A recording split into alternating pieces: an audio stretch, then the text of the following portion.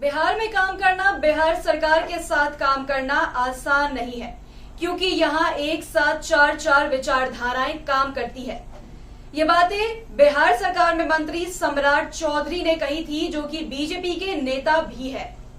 उनके इस बयान के बाद से बिहार की सियासत में खलबली मचना शुरू हो गई। जेडीयू की प्रवक्ता है सुहेली मेहता, उन्होंने सम्राट चौधरी पर सीधा प्रहार किया है। उन्होंने एक फेसबुक पोस्ट किया है, पोस्ट आप अपने स्क्रीन पर देख सकते हैं। सुहेली मेहता ने अपने पोस्ट में लिखा है कि ज्यादा व्याकुल होने की जरूरत नहीं है, ऐसे भी आप थोड़े व्याकुल आत्मा हैं। आप जब लालू जी के द्वारा अवैध रूप से मंत्री बनाने के बावजूद उनके नहीं हो पाए, तो आप किसके हो सकते हैं? जहां तक विभिन्न विचारधारा वाली पार्टियों के सरकार की बात करें, तो सरकार तो गठबंधन के साथ ही चल रही है। दिक्कत कहां है? बस आप ही बेचैन हैं। नीतीश जी, आपको बहुत ज्यादा मजबूरी लग रहे हैं, तो आप कम बड़े नेता थोड़े ही हैं। बिहार में आपकी पार्टी में तो मेरे ख्याल से आप सबसे अधिक बड़े नेता, आपसे बड़ा नेता कोई नहीं है। कहिए अपने नेता से आप ही को मुख्यमंत्री बना दे। आखिर आप इतने मजबूर क्यों हैं? आपको बता दें कि पीएम उम्मीदवारी वाले उपेंद्र कुशवाहा के बयान के बाद से बीजेपी खेमे में बेचैनी होनी शुरू हो गई है।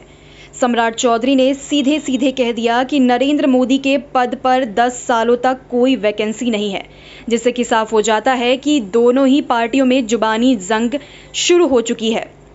आपको बता दें कि बिहार में सत्ताधारी गठबंधन में जेडीयू और बीजेपी के बीच में सब कुछ ठीक नहीं चल रहा है। गठबंधन की गांठ ढीली पड़ रही है। छोटे भाई से बड़े भाई की भूमिका में आई बीजेपी के नेता पूरी तरह से पत्ते नहीं खोल रहे, लेकिन पार्टी की बैठकों में ये अपनी दिल की बात कहने से भी गुरेज नहीं कर रहे हैं। इसी बात के संकेत बिहार सरकार में पंचायती राज मंत्री सम्राट चौधरी ने औरंगाबाद में आयोजित भाजयुमो की प्रदेश कार्य समिति की बैठक में दिया।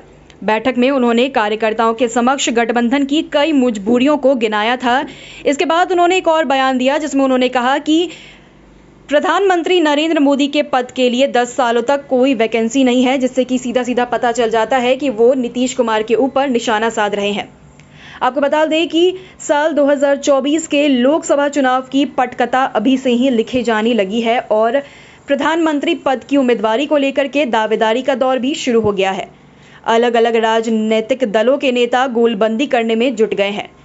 नीतीश कुमार को प्रधानमंत्री पद के लिए चेहरा माना जा रहा है और पार्टी के नेता दावे भी कर रहे हैं। इन सब के बाद से बीजेपी और जेडीयू के बीच में जुबानी जंग तेज हो गई है। दोनों के बीच में सब कुछ ठीक नहीं चल रहा है, ये साफ नजर आ रहा है। तो इन्हीं तरह की खबरों के लिए बने रहें आप हेडलाइंस बिहार के साथ और हमारे यूट्यूब चैनल को सब्सक्राइब जरूर कर ले। धन्यवाद।